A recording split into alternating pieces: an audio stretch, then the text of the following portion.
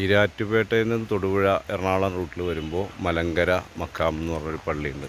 നല്ല ഫുള്ളായിട്ട് എസ്റ്റേറ്റും കാര്യങ്ങളും ഇതാ കാണുന്നതാണ്.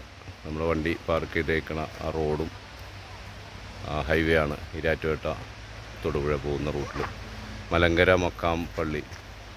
ഇവിടെ ഇറങ്ങി വളരെ ഭംഗിയുള്ളൊരു പ്രദേശമാണ്. റബ്ബർ എസ്റ്റേറ്റാണ്. അത് കാണുന്ന ഹൈവേ എറണാകുളം റോഡാണ്. ഇതിങ്ങനെ വരുമ്പോൾ ഈ എസ്റ്റേറ്റിൻ്റെ നടുക്ക് ഒരു പള്ളിയുണ്ട്. ഇതാണ് ഞാൻ കാണിക്കുന്നത്. ഇതിങ്ങനെ അകത്തേക്ക് കയറി ചെന്ന ഫാത്തിമ വന്നു കഴിഞ്ഞാൽ ഇതാണ്. ചെറിയ പള്ളിയാണ്. വളരെ സൗകര്യങ്ങളൊക്കെ ഉള്ള. ഇവിടെ ഖബർസ്ഥാനുകളൊക്കെ ഉണ്ട്. ഇവിടെ രണ്ടും മക്കാമുണ്ട്.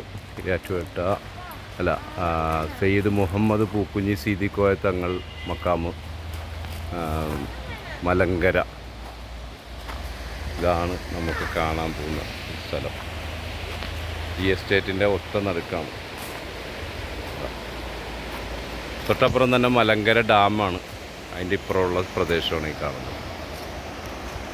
പിടിച്ചു. ഇതിങ്ങനെ ഇറങ്ങി ഇവിടെ നിന്ന് ഇങ്ങനെ സ്റ്റെപ്പ് ഉണ്ട് താഴേക്ക്. ഈ സ്റ്റെപ്പ് ഇറങ്ങി ഇങ്ങനെ ചെന്നാൽ നമുക്ക്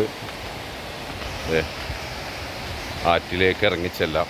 ഇപ്പോൾ ക്രോസ് ചെയ്ത് പോകാൻ പറ്റൂല, നല്ല വെള്ളം ഒഴുക്കുള്ള സമയമാണ്. ഇതിൻ്റെ ഓപ്പോസിറ്റ് ആ കാണുന്നതാണ് മക്കാം, സയ്യിദ് മുഹമ്മദ് പൂക്കുഞ്ഞി സീതിക്കോയ തങ്ങൾ മക്കാം. ഇപ്പോൾ ക്രോസ് ചെയ്ത് പോകാൻ പറ്റൂല ഏതായാലും, കാരണം നല്ല ഒഴുക്കാണ്. കേട്ടാ, ഈ പാറയിലൊക്കെ വന്ന് നല്ല ഒഴുക്കാണ്.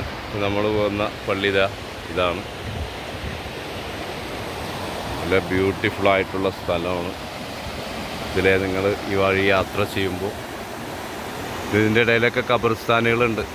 ഈ ഇതിൻ്റെ ഇടയ്ക്ക് ആ കാണുന്നതാണ്